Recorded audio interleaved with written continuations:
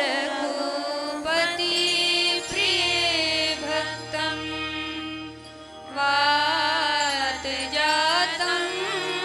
नमामि। मनोजवं मारुततुल्यवेगं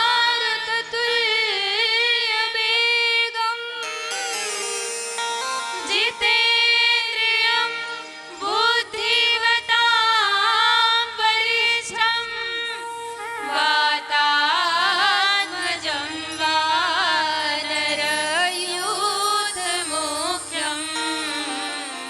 श्रीरामदूतं शरणं प्रपद्ये। श्रीरामदूतं शरणं प्रपद्ये। गुरुर्ब्रह्मा गुरुर्विष्णु गुरुर्देवो महेश्वर गुरुर्साक्षात् परब्रह्म तस्मै श्री गुरुवे नमः। तस्मै श्री गुरुवे नमः। राम कथा के रसिक तुम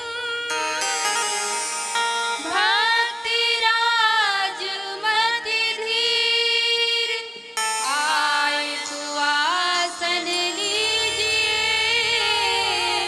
तेज पुंज कपिबीर। रामायण तुलसी कृत कहाहू कथा अनुसार प्रेम सहित आसन गहऊ आवहु पवन कुमार। प्रेम सहित आसन गहऊ आवहु पवन कुमार। बंदौ गणपति शिव गिरा महावीर बजरंग विघ्न रहित पूरन करहु रघुवर कथा प्रसंग। विघ्न रहित पूरन करहु रघुवर कथा प्रसंग। आइए 2 मिनट भगवत संकीर्तन, तत्पश्चात हम कथा में प्रवेश करेंगे। सिया राम जय जय राम। सिया राम जय जय सिया राम। सिया राम जय जय राम। सिया राम जय जय सिया राम। सिया राम जय जय राम। सिया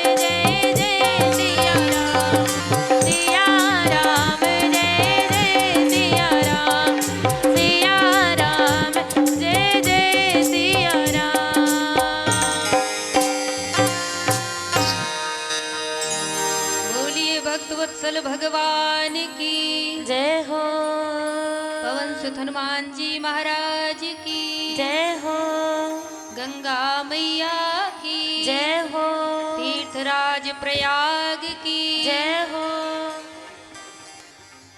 अकारण करुणावरणालय भक्तवान शानुकृत।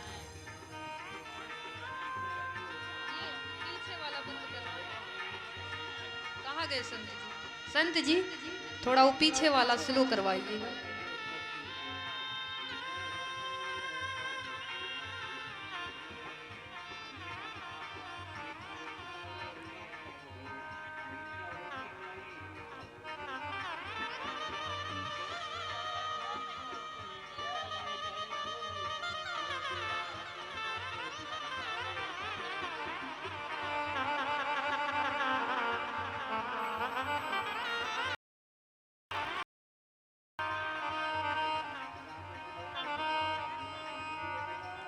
अकारण करुणावरणालय भक्त वांशानुकृत भगवान श्री सीताराम अखिल कोटि ब्रह्मांड नायक भगवान श्री चंद्रशेखर महाराज अनंत संत बलवंत श्री हनुमंत लाल जी महाराज परम वंदनीय प्रातः स्मरणीय पूज्य गुरुदेव श्रीमद जगत गुरु रामानंदाचार्य श्री श्री 1008 स्वामी श्री वल्लभाचार्य जी महाराज की चरण रज अपने शीश पर धारण करके कोटि कोटि सा वंदन करती हूँ। इस दिव्य श्री राम कथा के संरक्षक अनंत संत बलवंत श्री हनुमंत लाल जी महाराज बड़े हनुमान मंदिर वाले, उनके चरणों में कोटि कोटि सा वंदन करती हूँ। पवित्र तीर्थराज की पावन भूमि को दंडवत प्रणाम करती हूँ। तीर्थराज प्रयाग में पधारे हुए सभी संत समाज के चरणों में कोटि कोटि सह वंदन करती हूँ। समस्त कल्पवासियों के हृदय में बैठे परमात्मा को प्रणाम करती हूँ। परम श्रद्धेय स्वामी कृष्णानंद जी महाराज का अभिनंदन करती हूँ।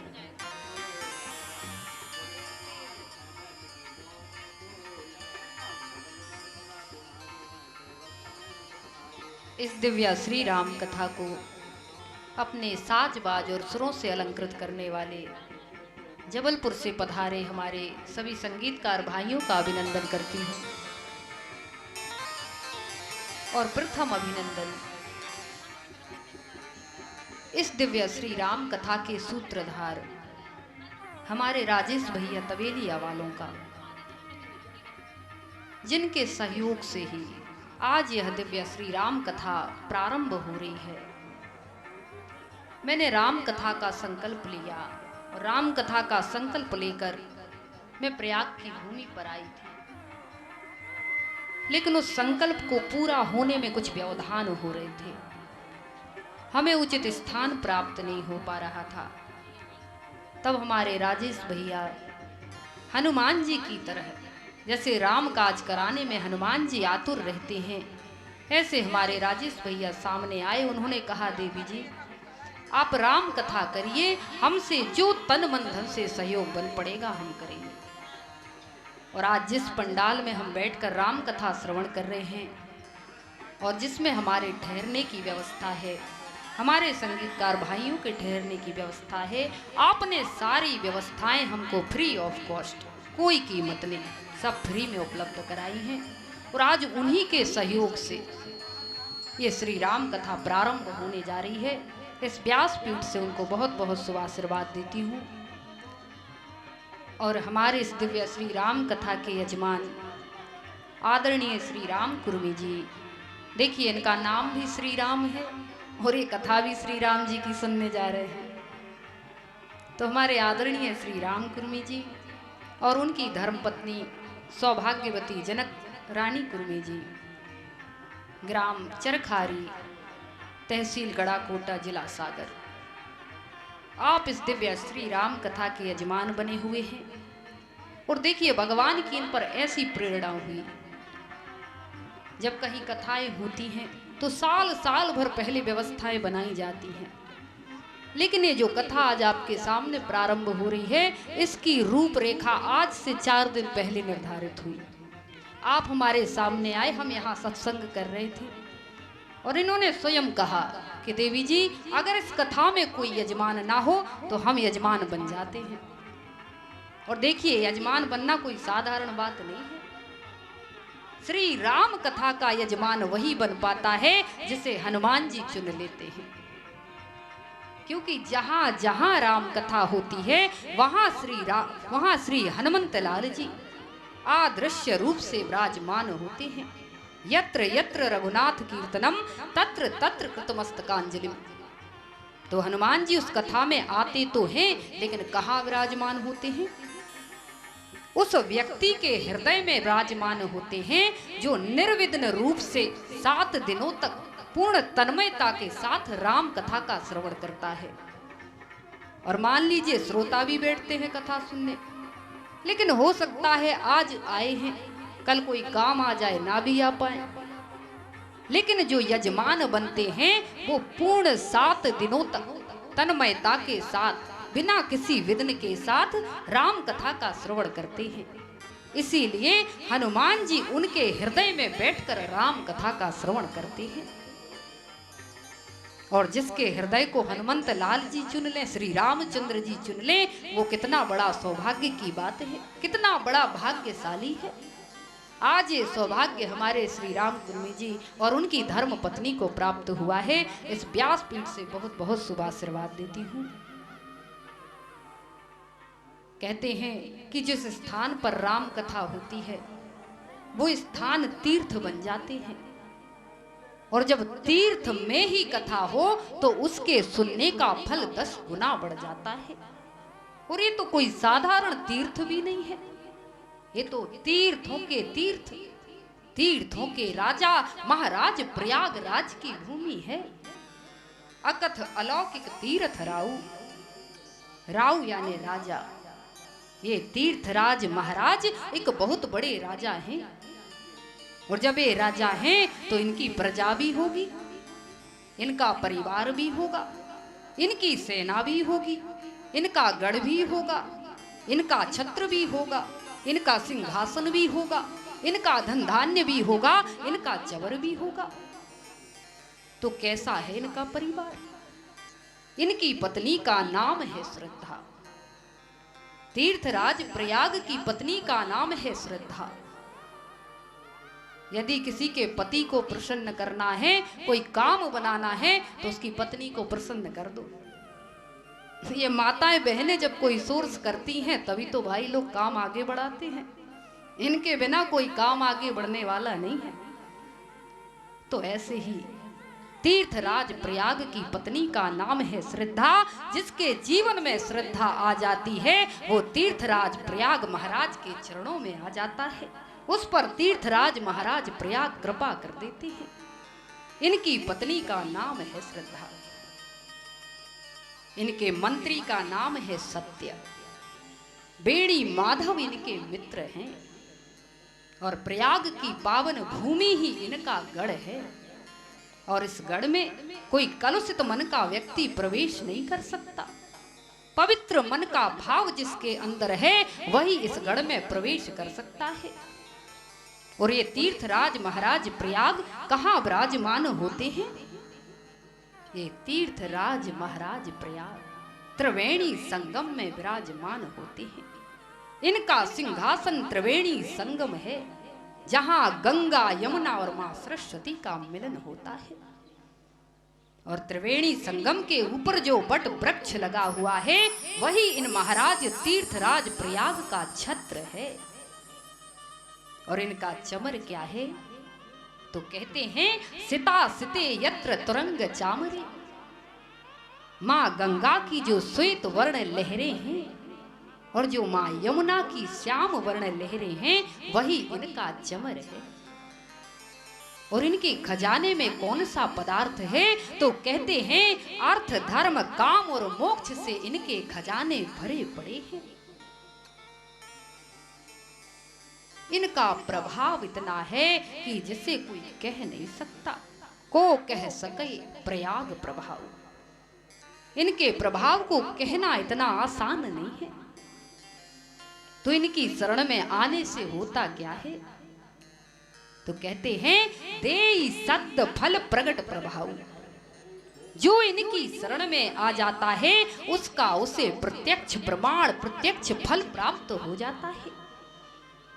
ऐसे तीर्थराज महाराज प्रयाग आज हमारी दिव्य श्री राम कथा के प्रथम श्रोता बने हुए हैं।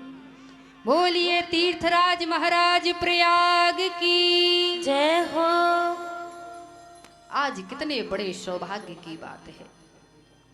तीर्थराज महाराज प्रयाग की छत्र छाया में मां गंगा की गोद में बैठकर हम राम कथा का श्रवण करने जा रहे हैं। बड़े भाग्य से ऐसा समय प्राप्त होता है, बड़े भाग पाए सत्संग का। ये सत्संग सहज में प्राप्त होने वाला नहीं है। जब तक राम जी की कृपा नहीं हो जाती तब तक ये सत्संग जीवन में कभी मिलता नहीं है। बिनु सत्संग विवेक ना होई, बिनु सत्संग विवेक न होई, बिनु सत्संग विवेक ना होई, बिनु सत्संग विवेक न होई, राम कृपा बिन सुलभ ना सोई, राम कृपा बिन सुलभ न सोई, राम कृपा बिन सुलभ ना सोई। बिनु सत्संग विवेक न होई, राम कृपा बिनु सुलभ न सोई। बिना राम जी की कृपा के ये सत्संग प्राप्त नहीं होता। और कृपा कब होती है? जब हमारे जन्म जन्मांतर के पुण्यों का उदय हो जाता है।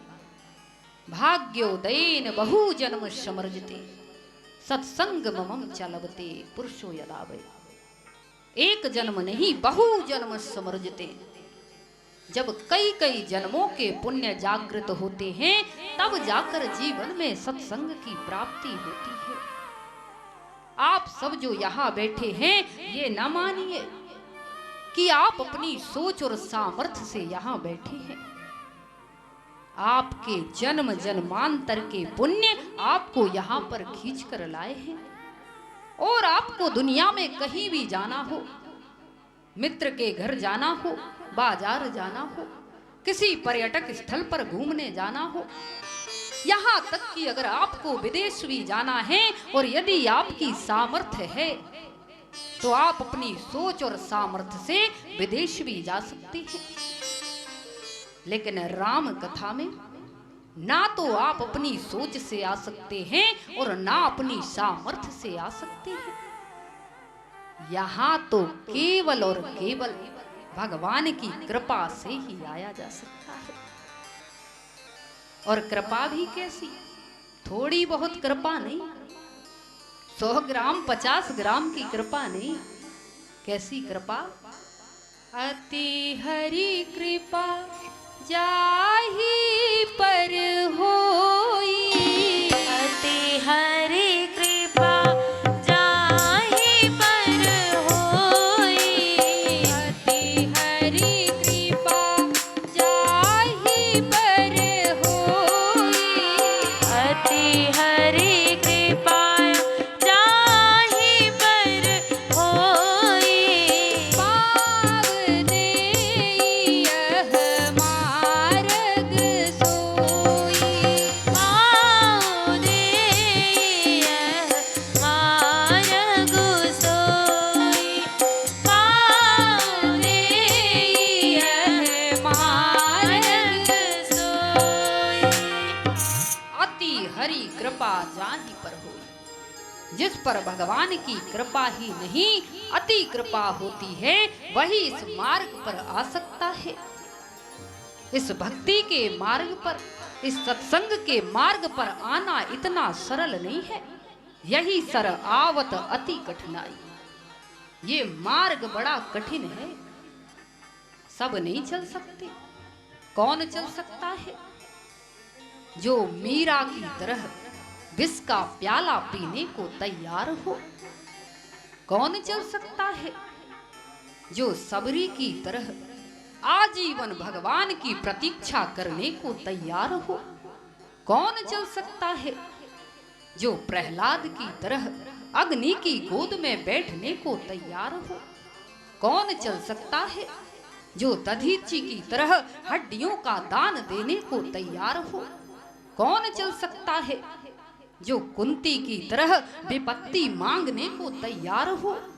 कौन चल सकता है जो राजा हरिश्चंद्र की तरह बिकने को तैयार हो? कौन चल सकता है जो श्री हनुमंत लाल जी की तरह सीना चीर कर दिखाने को तैयार हो? कौन चल सकता है जो भागीरथ की तरह तप करने को तैयार हो?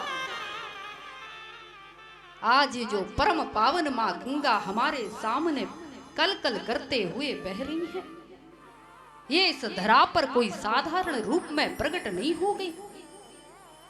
रघुवंश के ना जाने कितने राजाओं ने तप करते करते अपने प्राणों का त्याग कर दिया, तब जाकर ये मां गंगा यहाँ प्रकट हुई है।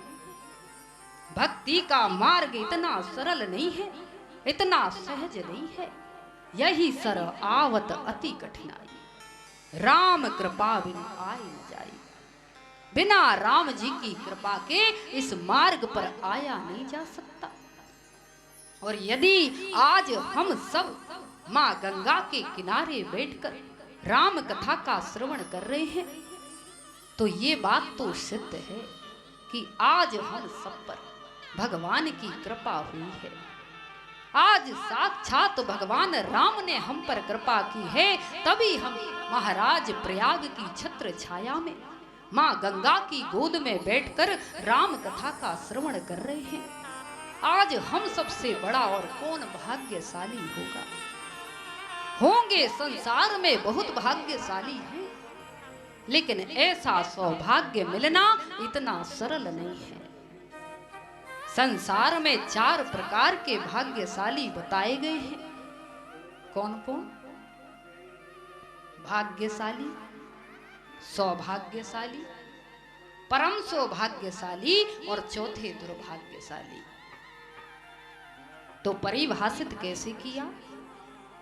तो कहा जिनके पास केवल धन है वो भाग्यशाली। जिनके पास केवल धन है वो भाग्यशाली, और जिनके पास धन के साथ साथ स्वास्थ्य भी है वो सौभाग्यशाली। और जिनके पास धन भी है, स्वास्थ्य भी है, और धन और स्वास्थ्य के साथ साथ धर्म भी है, वो परम सौभाग्यशाली। और जिनके पास धन भी है, स्वास्थ्य भी है, धर्म भी है, लेकिन जो इनका उपयोग नहीं कर सकते। धन तो भरा पड़ा है लेकिन खा पी नहीं सकते, स्वास्थ्य तो है लेकिन चलकर गंगा जी का स्नान नहीं कर सकते, धर्म का सदुपयोग नहीं कर सकते, ऐसे व्यक्ति कहलाते हैं दुर्भाग्यशाली। और महाराज संसार में बहुत लोग हैं जिनके पास अपार धन है, बेशुमार धन के मालिक हैं, लेकिन खा पी नहीं सकते। डायबिटीज हो गई, डॉक्टर ने मना किया, ये नहीं खाना, ये भी नहीं खाना, ये भी नहीं खाना, ये भी नहीं खाना। बोले तो क्या खाना? बोले बिना घी लगी रोटी और मूंग की दाल का पानी। क्या खाना? बिना घी लगी रोटी और मूंग की दाल का पानी। धन भरा पड़ा है, और ऐसे व्यक्ति के घर में कोई मेहमान आ जाए, 56 तरह के व्यंजन बनाए जाते हैं।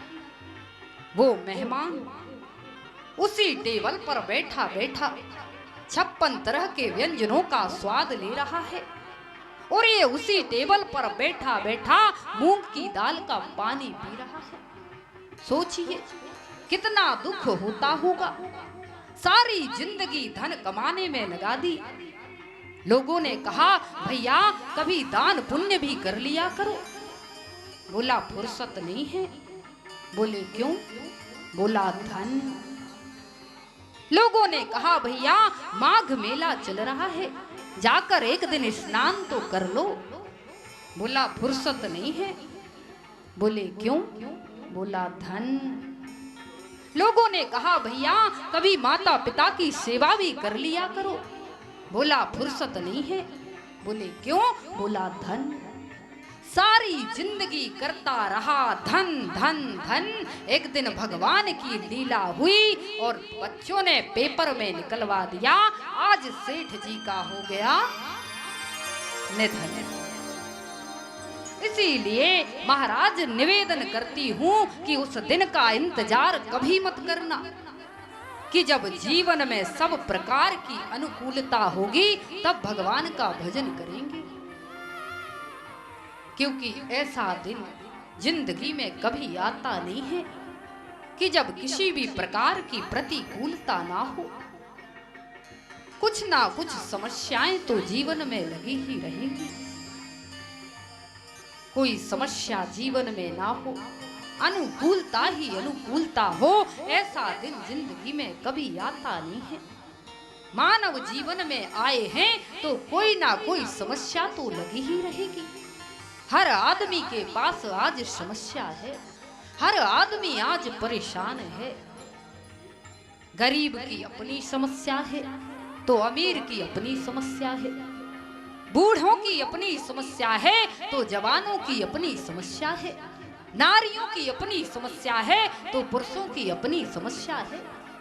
समस्या सबके पास है, हर आदमी परेशान है। गरीब की समस्या है भूख लगे तो क्या खाऊं, तो अमीर की समस्या है क्या खाऊं की भूख लगे। समस्या दोनों के पास है।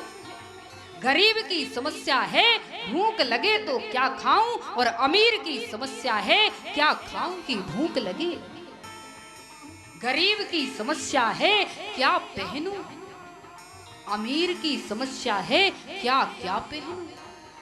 समस्या दोनों के पास है। बूढ़ों की समस्या है समय नहीं कटता क्या करूं, जवानों की समस्या है समय नहीं बचता तो क्या करूं। कुंवारों की समस्या है शादी नहीं हो रही, और शादीशुदा पत्नियों से परेशान है। समस्या तो दोनों के पास है। हाँ, शादीशुदा लोगों की तो अपनी अलग ही समस्या चलती है। एक आदमी, उसकी पत्नी मायके जा रही थी और वो अपनी पत्नी को स्टेशन तक पहुंचाने के लिए गया, और वो आदमी था कहाँ का? वो आदमी गड़ा कोटा का था। अब उसकी पत्नी जाने वाली थी मायके। ट्रेन को आने में अभी 10 मिनट का समय था, तो दोनों पति पत्नी आपस में बातें कर रहे थे। पति ने कहा देखो, अब चूंकि बुंदेलखंड का था, सागर का गड़ा कोटा का, बोला देखो तुम चली जाओ तो हमको अच्छो नहीं लगे, हमारा मन नहीं लगे। देखो जाते ही फोन कर दी, और खावे पीवे को ध्यान रखियो अपने। तो पत्नी ने भी कहा तुम भी अपनो ध्यान रखियो, हम जैसे ही पहुंचे फोन कर दे। अब पति बहुत ज्यादा दुखी हो गया, बोला हम कैसे रहें तुम्हारे बिना। और ऐसा कहते कहते उसकी आंखों में आंसू आ गए, और जब आंसू आए तो पत्नी ने कहा देखो रोने अच्छो नहीं लगता, अगल बगल बैठे लोग देख रहे हैं। तो उसने बगल में देखा तो सच में एक आदमी बगल में बैठा रो रहा था। तो इसने उससे पूछा का होगा भैया, तुम रो काहे रहे हो? उसने कहा का बताएं भैया, हमारी पत्नी मायके जा रही है, हमें बड़ो दुख हो रहा है, ऐसे हम रो रहे हैं, लेकिन तुम काहे रो रहे हो? तो उसने कहा अरे भैया का बताएं। इसने कहा कि भैया जो 10 मिनट बाद ट्रेन आने वाली है उससे हमारी पत्नी मायके जाने वाली है, इसलिए हम रो रहे हैं, हमको दुख हो रहा है, लेकिन तुम काहे को रो रहे? तो उसने कहा, भैया जौन ट्रेन से तुम्हारी पत्नी 10 मिनट बाद मायके जावे वाली है, वही ट्रेन से हमारी पत्नी 10 मिनट बाद मायके से आवे वाली है। महाराज, शादीशुदा लोगों की अपनी समस्या। यहाँ हर आदमी परेशान, हर आदमी दुखी है। कोई तन से दुखी, कोई मन से दुखी, कोई धन से दुखी, कोई अपनों से दुखी, कोई परायों से दुखी, सास बहू से दुखी, बहू सास से दुखी, पति पत्नी से दुखी, पत्नी पति से दुखी, हर आदमी दुखी। इसीलिए इस संसार का नाम दुखालय है। दुख दुख रूपो दुखालय। ये संसार कैसा है? ये संसार दुख रूप है। यहाँ जो भी आया उसे दुखों का सामना करना पड़ा। ये दुखालय है। आलय माने घर। जहाँ जो वस्तु रहती है वो उसका आलय होता है। जहाँ विद्या मिलती है उसे विद्यालय कहती है। विद्या प्लस आलय विद्यालय। जहाँ औषधि मिलती है उसे औषधालय कहती है। जहाँ भोजन मिलता है उसे भोजनालय कहते हैं। और इस संसार में क्या मिलता है? सुख मिलता है कि दुख मिलता है? महाराज, किसी से भी पूछो, हर आदमी दुखी। इस संसार में दुख मिलता है। इसीलिए इस संसार का नाम दुखालय है। दुख रूपो दुखालय। ये भव सागर है, दुखों का सागर है। तो कहा, महाराज इस दुखों के सागर से हम पार कैसे जाएं? इस भव सागर से हम पार कैसे हों? तो पूज्यपाद गोस्वामी जी कहते हैं, भव सागर चहे पार जो पावा, राम कथा ताका दृढ़ नावा। जो भव सागर से पार होना चाहता है, भव सागर चह पार जो पावा, राम कथा ताका दृढ़ नावा। उनके लिए राम कथा एक दृढ़ नाव है। पूज्यपाद गोस्वामी जी ने राम कथा को नाव कहा है। राम कथा ताका दृढ़ नावा। क्यों? नाव करती क्या है? नाव नदी तट पर खड़े हुए लोगों को नदी पार कराती है। तो जिस प्रकार लकड़ी की नाव नदी तट पर खड़े हुए लोगों को सागर से पार कराती है, उसी प्रकार ये राम कथा रूपी नाव काम, क्रोध, मोह और लोभ के तट पर खड़े हुए लोगों को इस भव सागर से पार करा देती है। तो पार तो कराती है, लेकिन किसे पार कराती है? भव सागर चहे पार जो पावा, राम कथा ताका दृढ़ नावा। भाव सागर चह पार जो पावा। ये पार तो कराती है, लेकिन उसे ही पार कराती है जो पार जाना चाहता है। जो पार जाना ही नहीं चाहता उसकी कोई गारंटी नहीं ले सकता।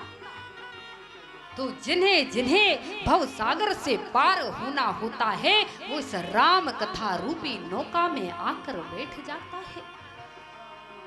लेकिन एक बात है, क्या राम कथा रूपी नौका में बैठने भर से, क्या लकड़ी की नौका में बैठने भर से कोई पार हो सकता है? तट पर नाव खड़ी हो, आप जाकर बैठ जाएं तो क्या पार हो जाएंगे? नहीं होंगे। तो पार कैसे होंगे? जब उस नाव को चलाने वाला कोई नाविक होगा। वो नाविक जब अपने हाथों में पतवार लेकर नदी के जल को पीछे की ओर धकेलता है तो नाव आगे बढ़ती है और सागर पार करा देती है। तो उसी प्रकार इस राम कथा रूपी नौका को भी चलाने के लिए कोई नाविक होना चाहिए, उसके हाथों में पतवार होनी चाहिए।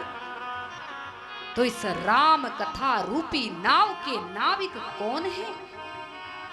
इस राम कथा रूपी नाव के नाविक हमारे संत जन हैं, जो अपने हाथों में राम नाम रूपी पतवार लेकर हमारे विकार रूपी जल को जब पीछे की ओर धकेलते हैं तो हमारी ये राम कथा रूपी नौका भव सागर से पार हो जाती है।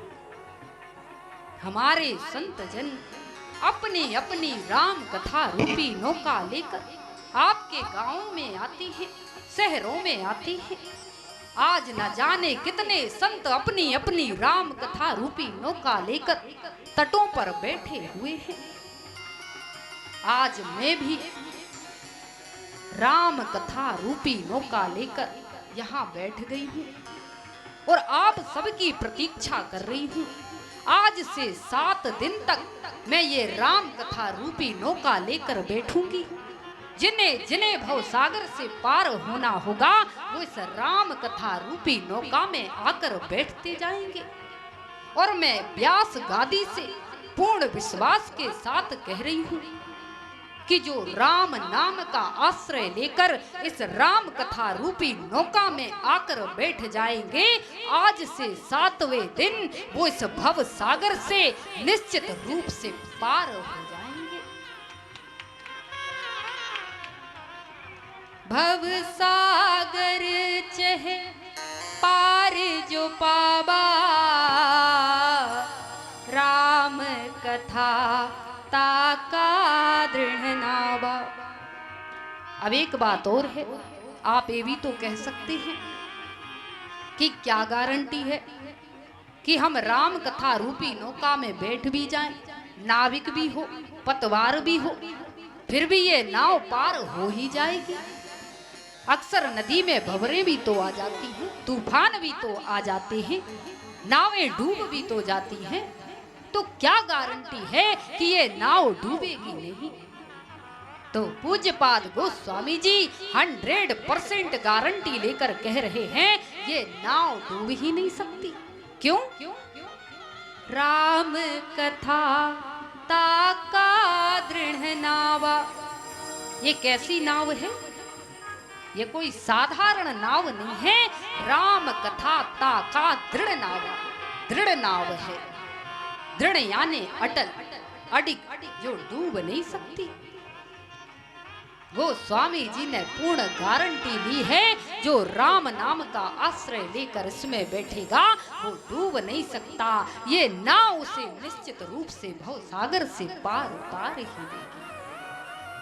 और ये नाव, ये राम कथा रूपी नाव आज 4 घाटों पर खड़ी हुई है। कौन कौन से 4 घाट?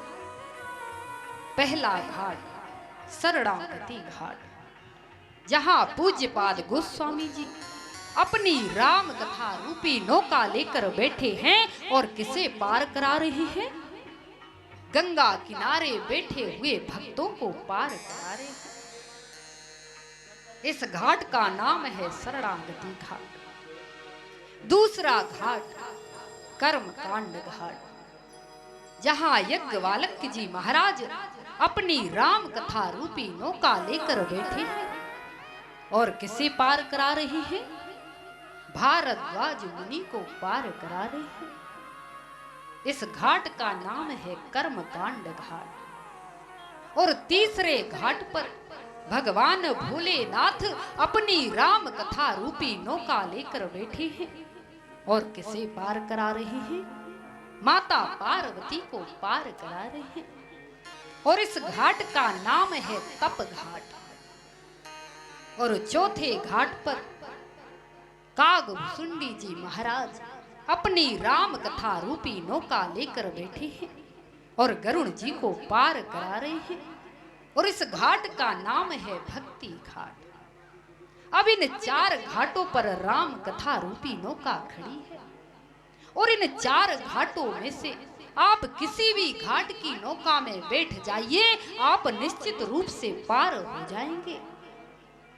लेकिन हमें प्रयास करना है कि हमें उस घाट की नौका से पार जाना है जो हमें शीघ्र से शीघ्र भव सागर से पार उतार दे, दुखों के सागर से पार उतार दे। तो कहा महाराज कर्म कांड घाट से जाइए, शीघ्र पार हो जाएंगे। तो कहा कि कर्म कांड घाट से जाना तो है, लेकिन कर्म कांड घाट की नौका से जाने की एक शर्त है कि जिसने अपने जीवन में कोई पाप ना किया हो, सत्कर्म किया हो, शुभ कर्म किया हो, वही इस नौका से, इस घाट की नौका से पार हो पाएगा। तो बताइए ऐसा कौन है जिसने अपने जीवन में कोई पाप ना किया हो? जानकर ना सही, अनजाने में तो ना जाने कितने पाप हमसे हो जाते हैं।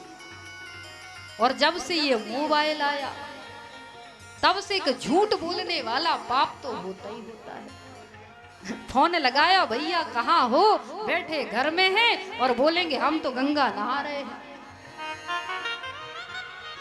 तो महाराज कोई ना कोई पाप तो होता है। तो इस घाट से जाना तो बड़ा कठिन है। तो कहा कि तप घाट से चलते हैं। अब तप घाट से कौन जा सकता है? तप घाट से जाने की भी एक शर्त है कि जिसने अपने जीवन में तप किया हो वही इस घाट से पार हो सकता है। तो बताइए आज किसी के पास अच्छे से भोजन करने तक का तो समय नहीं है, तप करने को कौन बैठ सकता है? तो बोले महाराज ये मार्ग भी बड़ा कठिन है, तप घाट से भी हम शीघ्रता से पार नहीं हो सकते। तो कहा भक्ति घाट से चलते हैं। तो क्या भक्ति घाट से पार जाना सरल है? क्या भक्ति कर लेना सरल है? भक्ति करे कोई सूरमा, जात पात कुल खोए। महाराज भक्ति कर लेना कोई सरल बात नहीं है। अपना सर्वस्व त्यागना होता है तब जाकर कोई भक्ति कर पाता है। भक्ति कर गई मीरा, भक्ति कर गए प्रहलाद, भक्ति कर गए राजा हरिश्चंद्र। भक्ति कोई साधारण बात नहीं है। तो कहा महाराज इस भक्ति के घाट से जाना भी बड़ा कठिन है। तो बोले अब कौन सा मार्ग बचा?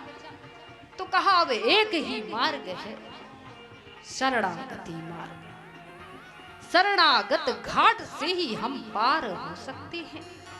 इस घाट की क्या शर्त है? तो कहा इस घाट की कोई शर्त नहीं है, ना ये पूजा मांगता है, ना ये तप मांगता है, ना ये भक्ति मांगता है। बस ये भगवान के शरणागत होने की शर्त रखता है।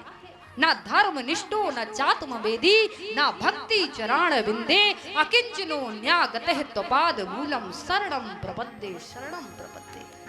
महाराज ना तो हमें भक्ति आती है, ना हमें पूजा आती है, ना हमें तप आता है। हम तो प्रभु जैसे भी हैं, छोटे हैं बड़े हैं, अमीर हैं गरीब हैं, अच्छे हैं बुरे हैं, प्रभु आपके हैं और आपके शरणागत हैं। प्रभु हम भी शरणागत हैं, प्रभु हम भी शरणागत हैं। स्वीकार करो तो जाने, ओ प्रभु हम भी शरणागत हैं।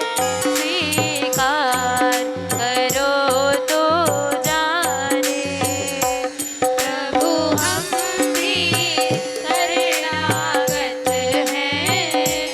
स्वीकार करो तो जाने, अब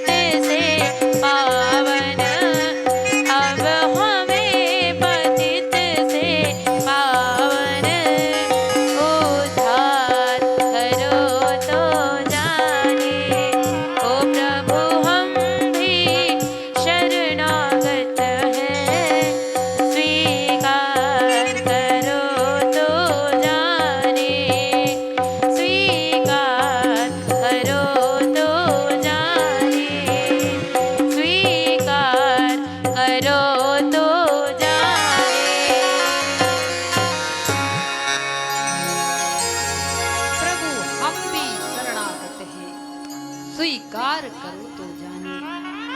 हे नाथ, हम जो है जैसे भी है आपके शरणागत हैं। हमें भक्ति पूजा तप ज्ञान नहीं आता। हम तो इतना जानते हैं कि हम अज्ञानी हैं और आपके चरणों के सहारे ही पार हो पाएंगे। तो शरणागति घाट जिससे शीघ्र पार होया जा सकता है। आइए अब हम शरणागत घाट पर चलते हैं, जहां पूज्यपाद गोस्वामी जी मां गंगा के किनारे बैठकर आज राम कथा का प्रारंभ करने जा रहे हैं।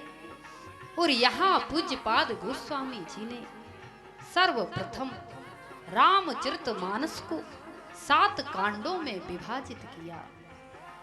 कौन कौन से 7 कांड? रामचरितमानस तो सब पढ़ रहे हैं यहाँ कल्पवासी, पता होगा 7 कांड कौन कौन से हैं। बाल कांड, अयोध्या कांड, अरण्य कांड, सुंदर कांड, किष्किंधा कांड, लंका कांड और उत्तर कांड। इन 7 कांडों में पूज्यपाद गोस्वामी जी ने रामचरितमानस को विभाजित किया। अच्छा, 7 ही कांड क्यों लिखे? बाबा ने 7 ही कांड क्यों लिखे? 8 भी तो हो सकते थे, 9 भी तो हो सकते थे, 7 ही क्यों? तो बड़ा सुंदर भाव दिया। कहा कि महाराज, ये हमारा जीवन भी 7 दिनों का ही है। इन 7 दिनों के अंदर ही हम इस धरा धाम पर आते हैं और इन 7 दिनों के अंदर ही इस धरा धाम को छोड़कर जाना होता है। रविवार को जन्मे, सोमवार को बड़े हुए, मंगलवार को विवाह हुआ, बुधवार को बच्चे हुए, गुरुवार को बीमार पड़े, शुक्रवार को अस्पताल में भर्ती हुए और शनिवार को चल बसे। इतनी ही कहानी है हम सबकी। इन 7 दिनों के अंदर ही हमारा जीवन समाहित है। और ये रामचरितमानस के 7 कांड 7 दिनों के जीवन में जिसने आत्मसात कर लिया, उसका जीवन सफल हो गया। मानव जीवन लेने का उद्देश्य सफल हो गया। इसीलिए पूज्यपाद गोस्वामी जी ने रामचरितमानस को 7 कांडों में विभाजित किया। और दूसरा सुंदर भाव ये दिया कि ये जो रामचरितमानस है, ये केवल एक पुस्तक नहीं है। ये रामचरितमानस केवल एक पुस्तक नहीं है, ये हमारा मस्तक है। मस्तक किसे कहते हैं? ये जो हमारे गर्दन से ऊपर का भाग होता है, इसे मस्तक कहा जाता है। और इस मस्तक में 7 अंग होते हैं। कौन कौन से? 2 आंखें, 2 कान, 2 नथुने और 1 मुंह। कितने हुए? हो गए 7। 2 आंखें, 2 कान, 2 नथुने और 1 मुंह, 7। और ये जो हमारे मस्तक के 7 अंग हैं, ये हमारे पूरे शरीर को संचालित करने का कार्य करते हैं। ये मस्तक के 7 अंग जैसा निर्देश देते हैं, हमारा पूरा शरीर उस दिशा में कार्य करता है। तो इन मस्तक के 7 अंगों का ठीक होना बहुत जरूरी है। हमारी आंखें ठीक हो जाएं, हमारे कान ठीक हो जाएं, और ठीक होने का अर्थ हमारा देखना सुधर जाए, हमारा सुनना सुधर जाए, हमारा बोलना सुधर जाए। और महाराज, जिस दिन हमारा देखना, सुनना और बोलना सुधर जाएगा, पूरा जीवन स्वतः ही सुधर जाएगा। इस संसार में जितना भी झगड़ा है, जितना भी कलह है, इन 7 अंगों के कारण ही है। जो नहीं देखना चाहिए वो देखा तो कलह, जो नहीं सुनना चाहिए वो सुना तो कलह, जो नहीं बोलना चाहिए वो बोला तो झगड़ा। यदि रावण ने देखने से पहले जान लिया होता कि क्या देखना चाहिए और क्या नहीं। और मां सीता की ओर कुदृष्टि से ना देखा होता तो क्या लंका कांड होता। माता कैकेयी ने सुनने के पहले जान लिया होता कि क्या सुनना चाहिए और क्या नहीं, तो क्या भगवान के वनवास का कलंक लगता। द्रौपदी ने अंधों के अंधे बोलने से पहले सोच लिया होता तो क्या महाभारत की कथा होती। ये 7 अंग जीवन को संचालित करने का कार्य करते हैं। इन 7 अंगों का ठीक होना बहुत आवश्यक है। और रामचरितमानस के ये 7 कांड इन 7 अंगों को सुधारने का कार्य करते हैं। जिसने रामचरितमानस के ये 7 कांड आत्मसात कर लिए उसका देखना सुधर जाएगा, उसका सुनना सुधर जाएगा, उसका बोलना सुधर जाएगा, उसका सारा जीवन अपने आप सुधर जाएगा। इसीलिए भी पूज्यपाद गोस्वामी जी ने रामचरितमानस को 7 कांडों में विभाजित किया। और देखिए रामचरितमानस में संख्या 7 का महत्व भी बड़ा है। यहाँ कांड भी 7 और जो प्रथम कांड है बालकांड उसका प्रारंभ भी पूज्यपाद गोस्वामी जी ने 7 श्लोकों से किया। प्रारंभ के 7 श्लोकों में इष्ट देवों की वंदना की। तो यहाँ कांड भी 7, बाल कांड के प्रारंभ में श्लोक भी 7 और वहां रामचरितमानस के समापन पर कागभूषुंडी जी के 7 प्रश्न और 7 उत्तर। इसीलिए पूज्यपाद गोस्वामी जी ने रामचरितमानस को 7 कांडों में विभाजित किया। अब बाल कांड का प्रारंभ हुआ और बाल कांड के प्रारंभ में पूज्यपाद गोस्वामी जी ने 7 श्लोकों में किसी ना किसी इष्ट देव की वंदना की। पहले श्लोक में पूज्यपाद गोस्वामी जी ने गणेश जी और माता सरस्वती की वंदना की। वर्णानामर्थ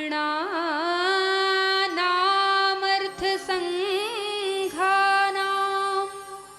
रसानाम छंदसामपि मंगलानाम च कर्तारौ वंदे वाणी विनायको। वर्णानामर्थ संघानाम रसानाम छंदसामपि मंगलानाम च कर्तारौ वंदे वाणी विनायको।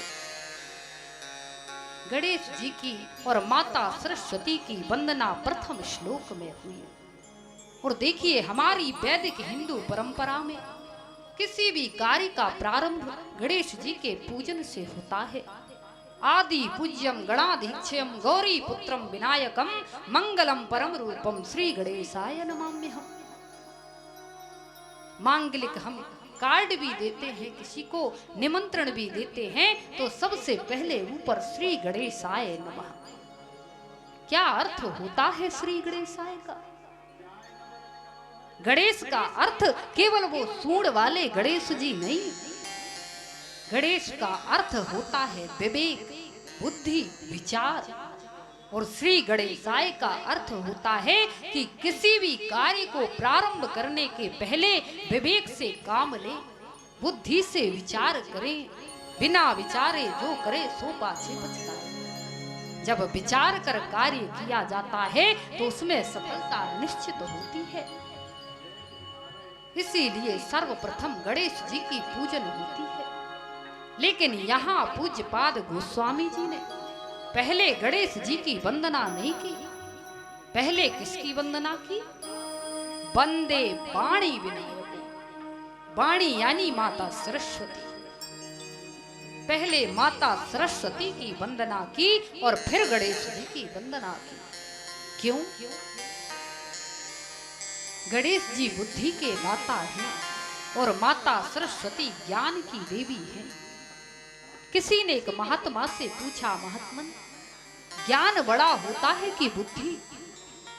उन्होंने कहा निसंदेह रूप से ज्ञान बड़ा होता है बुद्धि से। उसने कहा आप ऐसा कैसे कह सकते हैं? अगर बुद्धि ही नहीं होगी तो ज्ञान का अर्जन कैसे होगा? महात्मा ने कहा, बात तो तुमने सही कही। यदि बुद्धि ही ना होगी तो ज्ञान प्राप्त कैसे होगा? लेकिन एक बात बताओ, ऐसा संसार में कौन है जिसके पास बुद्धि ना हो? मनुष्य तो छोड़िए, पशुओं के पास भी बुद्धि होती है। भगवान ने सबको बुद्धि देकर भेजा है और सबको समान बुद्धि देकर भेजा है। तो जब सबके पास समान बुद्धि है तो फिर कोई एक ही क्यों वैज्ञानिक आइंस्टीन हो जाता है? कोई एक ही क्यों स्वामी विवेकानंद हो पाता है? कोई एक ही क्यों आत्मबोधि को प्राप्त होने वाले भगवान बुद्ध हो पाते हैं? इसका एक ही कारण है कि इन लोगों ने अपनी बुद्धि का सदुपयोग ज्ञान के अर्जन में किया, और वो बुद्धि किसी काम की नहीं जो ज्ञान के अर्जन में ना लगे। और ज्ञान कौन सा? किताबी ज्ञान नहीं, मैं व्यवहारिक ज्ञान की बात कर रही हूं। किताबें पढ़ पढ़कर इंसान बुद्धिमान तो हो सकता है, लेकिन ज्ञानवान भी हो ये आवश्यक नहीं है। एक बड़े ही विद्वान पढ़े लिखे वैज्ञानिक किसी नौका में बैठे। अब वो नौका चली आगे, थोड़ा आगे बढ़ी तो उन वैज्ञानिक महोदय ने कहा, बड़ी बड़ी मोटी मोटी किताबें वो रखे हुए थे अपने साथ। उन्होंने नाविक से कहा, ए भैया, तुमने कभी फिजिक्स पढ़ी है? उस नाविक ने कहा, फिजिक्स? अरे नहीं साहब, हमने कभी नहीं पढ़ी। बोले, तुमने फिजिक्स नहीं पढ़ी? जब तुमने फिजिक्स ही नहीं पढ़ी तो तुम्हारा 1/4 जीवन बेकार है। उस नाविक ने कुछ कहा नहीं, नाव थोड़ा आगे फिर बढ़ी, और जैसे थोड़ा आगे बढ़ी तो उन महोदय ने फिर पूछा, अच्छा ये बताओ, केमिस्ट्री तो पढ़ी होगी? बोला, महाराज हमने तो कभी नाम तक नहीं सुना, पढ़ना तो दूर की बात है। बोले, तुमने केमिस्ट्री भी नहीं पढ़ी? तब तो तुम्हारा आधा जीवन बेकार है। अब नाव थोड़ा और आगे बढ़ी, थोड़ा आगे बढ़ी तो वैज्ञानिक महोदय ने फिर पूछा, अच्छा मैथमेटिक्स तो पढ़ी ही होगी? उसने कहा, अरे साहब, मुझसे तो अच्छे से नाम लेते भी ना बने, पढ़ना तो बहुत दूर की बात है।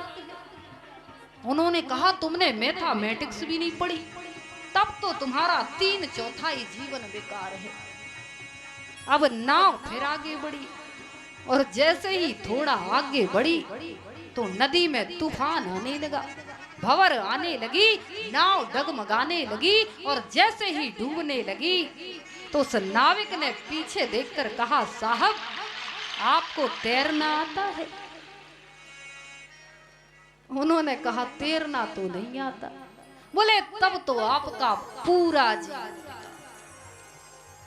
वो तो तैर कर बाहर निकल गया, और महाराज हर हर गंगे। तो ये किताबी ज्ञान से व्यक्ति बुद्धिमान तो बन सकता है, लेकिन ज्ञानवान भी बने ये आवश्यक नहीं है। ज्ञानवान वही हो सकता है जिसने अपनी बुद्धि का सदुपयोग ज्ञान के अर्जन में किया हो। इसीलिए बुद्धि से बड़ा ज्ञान होता है। वो स्वामी तुलसीदास जी ने पहले माता सरस्वती को, ज्ञान की देवी को वंदन किया, और फिर गणेश जी की वंदना की। आइए हम सब भी मिलकर माँ सरस्वती जी के चरणों में वंदन करें। करुणामयी वरदायिनी, करुणामयी वरदायिनी, कर कमल वीणा धारिणी, माँ सरस्वती, माँ सरस्वती, माँ सरस्वती, माँ सरस्वती, करुणामयी वरदायिनी, कर कमल वीणा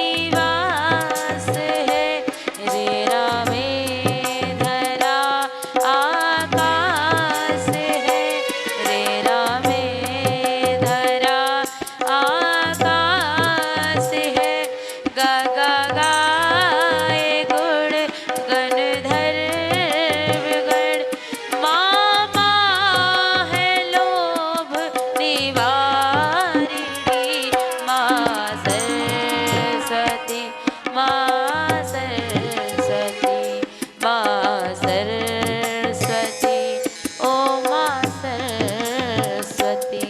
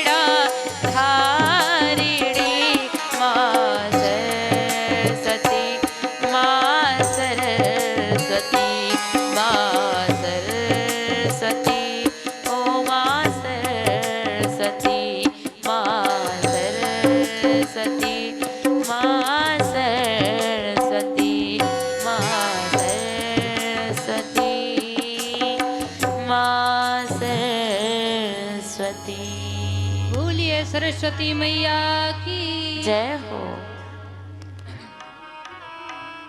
तो यहाँ पूज्यपाद गोस्वामी जी ने प्रथम श्लोक में माता सरस्वती और दूसरे श्लोक में भगवान भोलेनाथ और माता पार्वती को श्रद्धा और विश्वास का रूप मानकर वंदन किया। भवानी शंकरो वंदे श्रद्धा विश्वास रूपिणो याभ्यां विना न पश्यन्ति सिद्धः स्वान्तः स्थमीश्वरम् भवानी शंकर वंदे श्रद्धा विश्वास रूपिणो। भगवान भोलेनाथ को विश्वास और माता पार्वती को श्रद्धा का रूप मानकर वंदन किया है। और यहाँ भी पूज्यपाद गोस्वामी जी ने पहले श्रद्धा को वंदन किया, पहले माता पार्वती को वंदन किया और फिर भगवान भोलेनाथ की वंदना की है। क्यों? क्योंकि बिना श्रद्धा के विश्वास को पाया नहीं जा सकता। जब श्रद्धा प्रगाढ़ होती है तभी वह विश्वास तक पहुंचाती है। और देखिए श्रद्धा की ये विशेषता है कि श्रद्धा अच्छे और बुरे का विचार नहीं करती। जिसकी जिसके प्रति श्रद्धा हो जाए, कोई कितना ही बुरा क्यों ना हो, यदि हमारी उसके प्रति श्रद्धा है तो हमें उसमें कोई बुराई नजर नहीं आती। और कोई कितना ही अच्छा क्यों ना हो, यदि श्रद्धा नहीं है तो हमें उसमें कोई अच्छाई नजर नहीं आती। रावण की श्री राम जी के प्रति श्रद्धा नहीं थी। कितने लोगों ने समझाया, माल्यवान ने समझाया, मंदोदरी ने समझाया, अंगद ने समझाया, हनुमान जी ने समझाया, कुंभकर्ण ने समझाया और अंत में मेघनाद ने भी समझाया। श्री राम जी पर ब्रह्म हैं, साक्षात ब्रह्मांड के नायक हैं, जगत नियंता हैं। लेकिन रावण की श्रद्धा नहीं थी राम जी में, इसलिए उसको विश्वास नहीं हुआ। और वहां माता पार्वती को सप्त ऋषियों ने भगवान भोलेनाथ के कितने अवगुण बताए। जोगी जटिल अकाम मन नगन अमंगल वेश। योगी है, जटाधारी, निष्काम हृदय, नंगा और अमंगल वेश वाला है। ऐसे पति से क्या सुख मिलेगा। कितने अवगुण गिनाए, लेकिन माता पार्वती की भगवान भोलेनाथ में सच्ची श्रद्धा थी। इसीलिए क्या कहती है, अब मैं जन्म शंभु हित हारा, को गुण दूषण करे विचारा। अब तो मैं अपना जीवन शिव जी के लिए हार चुकी, गुण और दोषों का विचार कौन करे। तो श्रद्धा वही जो अडिग होती है, जो दृढ़ होती है, जो समय और परिस्थिति के साथ बदल जाए उसे श्रद्धा नहीं कहते। श्रद्धा किसे कहते हैं? एक बड़ा ही प्यारा दृष्टांत है, मैं अक्सर सुनाया करती हूँ। अमेरिका का एक बहुत बड़ा कलाकार था। वो करतब दिखाया करता था। अमेरिका में तो बहुत बड़ी बड़ी इमारतें हुआ करती हैं, 15-15, 20-20 मंजिल की इमारतें। तो वो क्या किया करता कि ऐसी ही लंबी लंबी दो इमारतें जो आमने सामने हुआ करती, उनके बीच में रस्सी बांधता और उस इमारत पर उस रस्सी पर चला करता था। लोग नीचे से जब उसे देखते रस्सी पर चलते हुए तो देखने वालों की आंखें खुली की खुली रह जाती।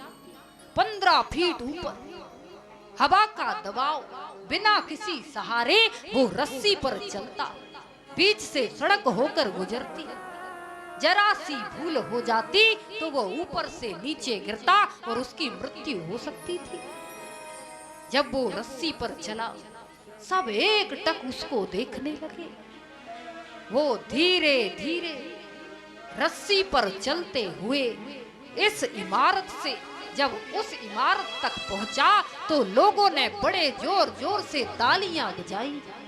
अरे वाह भैया वाह, तुमने तो बड़ा अच्छा कर्तव्य दिखाया, तुम तो बड़े होनहार हो, बड़े अच्छे कलाकार हो। उसने ऊपर से ही माइक लिया और कहा, देखो भैया, अभी तो आपने कुछ नहीं देखा है, अभी तो आपको बहुत कुछ देखना है। अब उसने दूसरा राउंड प्रारंभ किया और दूसरे राउंड में उसने क्या किया कि अपने एक 10 वर्ष के बालक को अपनी पीठ पर बैठाया और फिर रस्सी पर चला। अब तो देखने वालों के हाथ पैर फूलने लगे, सांसें थम गई। 10 वर्ष का बालक पीठ पर और वो रस्सी पर चला जा रहा है। सबको डर लग रहा है, कहीं गिर ना जाए, कहीं गिर ना जाए। वो धीरे धीरे चलते चलते जब उस इमारत से इस इमारत तक पहुंचा तो लोगों ने बड़े जोर जोर से तालियां बजाईं। वाह भैया वाह, ऐसा करतब तो आज तक नहीं देखा। तुम तो बड़े कलाकार हो, बड़े होनहार हो। उसने फिर ऊपर से माइक लिया और कहा, अच्छा आप सब में से एक बात बताइए, जैसे मैं अपने बालक को अपनी पीठ पर बैठाकर रस्सी पर चलकर इस इमारत से उस इमारत तक पहुंचा हूं, क्या फिर से उस इमारत से इस इमारत तक पहुंच पाऊंगा? लोगों ने कहा, बिल्कुल बिल्कुल पहुंच पाओगे, हमने तुम्हारा कर्तव्य देख लिया है, तुम तो बड़े होनहार हो। उसने कहा, सबको भरोसा है कि मैं पार हो जाऊंगा। लोगों ने कहा, भैया आंख बंद करके भरोसा है तुम ऐसा कर लोगे। उसने कहा, जब इतना ही भरोसा है तो अब आप सब में से कोई एक आए और मेरी पीठ पर बैठ जाए और फिर मैं रस्सी पार चलता हूं। अब सब चुप। उसने कहा, क्या हुआ? अभी तो आप कह रहे थे कि आपको पूरा भरोसा है कि मैं पार हो जाऊंगा, लेकिन जब आपके बैठने की बारी आई तो आपको विश्वास ना हुआ। बिल्कुल यही स्थिति हमारी भी है। हमने भी ना जाने कितने भक्तों को विपत्ति रूपी रस्सी पर भगवान का नाम लेकर चलते देखा, जो भव सागर को पार कर गए, जो विपत्ति रूपी रस्सी को पार कर गए। लेकिन जब हमारी बारी उस विपत्ति रूपी रस्सी पर चलने की आती है तो हमारा विश्वास कमजोर हो जाता है। अरे श्रद्धा तो उस 10 वर्ष के बालक की तरह होनी चाहिए, जो बिना कुछ विचार किए पिता के कंधे पर बैठ गया, चाहे तो उसका पिता पार करा दे और चाहे तो गिरा दे। जिस दिन हमारी श्रद्धा भी उस 10 वर्ष के बालक की तरह हो जाएगी, हमें भी परमात्मा अपनी पीठ पर बैठाकर विपत्ति रूपी रस्सी से पार कर देगा। श्रद्धा जितनी सच्ची होगी, श्रद्धा जितनी प्रगाढ़ होगी, उतने जल्दी विश्वास तक पहुंचाएगी। इसीलिए पूज्यपाद गोस्वामी जी ने पहले श्रद्धा को वंदन किया और फिर भगवान भोलेनाथ की वंदना की है। अब आगे कथा सुनना चाहते हैं कि आज की कथा को यहीं विराम दूं? महाराज जी विराम दे कि अभी कथा चलाएं? हमारे संगीतकार भाई भी वहां से जबलपुर से चलकर आए और सीधे मंच पर बैठ गए हैं। आज विश्राम करेंगे, आज कथा का समापन यहीं करेंगे। कल से कथा ठीक 2 बजे प्रारंभ होगी। कथा का पूर्ण आनंद लेना है तो सभी समय से उपस्थित होंगे। बोलिए भक्तवत्सल भगवान की जय हो।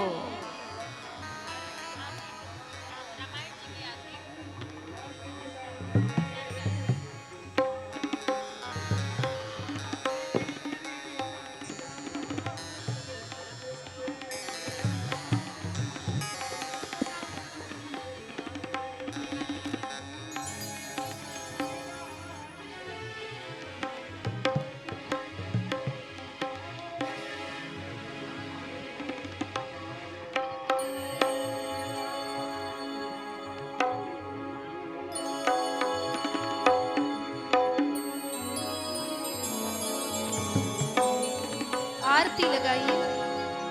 आरती।